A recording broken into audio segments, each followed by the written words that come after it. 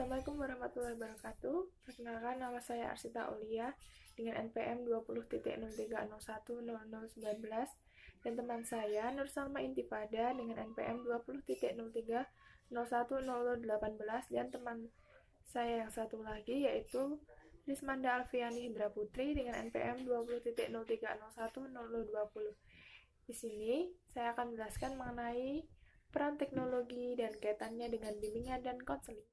Peran teknologi dan kaitannya dengan bimbingan konseling. Pemanfaatan teknologi informasi dalam bidang bimbingan konseling atau BK.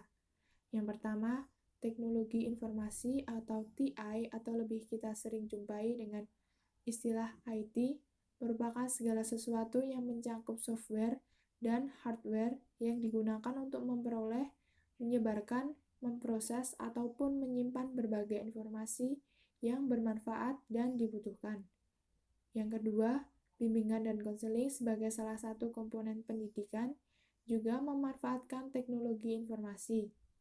Teknologi informasi dalam bimbingan konseling digunakan sebagai sarana untuk memperoleh, memproses, menyimpan, serta menyebarluaskan informasi.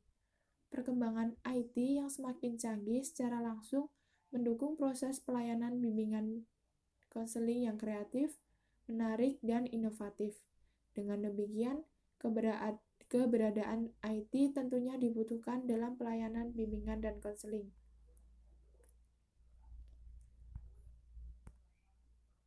Keuntungan TIK dalam bimbingan dan konseling diantaranya sebagai berikut. Yang pertama, mempermudah konselor dalam mengembangkan program bimbingan dan konseling. Yang kedua, sebagai sarana atau alat untuk melakukan publikasi mengenai bimbingan dan konseling kepada masyarakat ataupun publik. Yang ketiga, mempermudah konselor dalam pengelolaan data dan mencari informasi yang dibutuhkan. Kemudian, adapun kelemahan TIK dalam bimbingan dan konseling yaitu sebagai berikut. 1. Biaya pengoperasionalan yang dibutuhkan sangat besar. 2. Perlu pemberian pelatihan kepada para konselor agar terampil dalam penggunaan TIK. Yang ketiga, memerlukan keikhlasan konselor dalam layanan non-formal. Yang keempat, pemanfaatan internet untuk tindakan yang negatif. Manfaat dan peran teknologi informasi dalam bimbingan konseling. Yang pertama, mempermudah konselor dalam menyusun. Yang kedua, mencari dan mengelola data, menjaga kerahasiaan suatu data, karena dengan teknologi memungkinkan untuk menguncinya dan tidak sembarang orang dapat mengaksesnya. Dan yang terakhir, memberikan kesempatan kepada individu untuk berkomunikasi lebih baik dengan menggunakan informasi yang mereka terima tanpa bertemu secara langsung, atau e-counseling. Manfaat TIK dalam pembelajaran. 1. Mempermudah dan memperluas akses bahan pembelajaran. Yang kedua, meningkatkan mutu pembelajaran. Yang ketiga, mempermudah penyampaian materi pembelajaran dalam bentuk multimedia. Yang keempat, meningkatkan profesionalisme guru. Dan yang kelima, meningkatkan efektivitas dan efisiensi manajemen, tata kelola, dan administrasi pembelajaran. Manfaat penggunaan media dan konseling. 1. Akan meningkatkan kreativitas, meningkatkan keingintahuan, dan memberikan variasi pengajaran sehingga kelas akan lebih menarik. Yang kedua, akan meningkatkan kunjungan ke website, terutama yang berhubungan dengan kebutuhan siswa. Yang ketiga, konselor akan memiliki pandangan yang baik dan bijaksana terhadap materi yang diberikan. Yang keempat, akan memunculkan respon yang positif terhadap penggunaan email. Yang kelima, tidak akan memunculkan kebosanan. Dan yang keenam, dapat ditemukan silabus, kurikulum, dan lain sebagainya melalui website.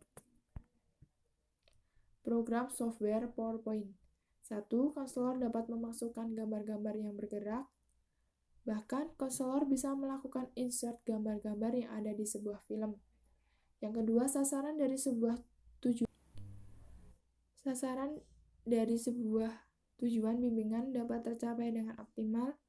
Dan yang ketiga, lebih menarik dan tidak membosankan. Penggunaan Movie Maker. Yang pertama, bimbingan lebih menarik. 2. Siswa lebih tertarik untuk memperhatikan layanan bimbingan. Yang ketiga, konselor menjadi kreatif untuk menampilkan hal-hal yang semenarik mungkin. Yang keempat, siswa lebih dapat mencapai tujuan yang ingin dicapai oleh konselor. Manfaat e-learning. Pembelajaran dari mana dan kapan saja atau time and place flexibility. 2. Bertambahnya interaksi pembelajaran antara peserta didik dengan guru atau instruktur atau interactive enhancement. 3. Menjangkau peserta didik dalam cakupan yang luas atau global audience. Yang keempat, mempermudah penyempurnaan dan penyimpanan materi pembelajaran. Sekian dari kelompok kami. Apabila ada kesalahan dalam penyampaian materi, mohon dimaafkan. Sekian, wassalamualaikum warahmatullahi wabarakatuh.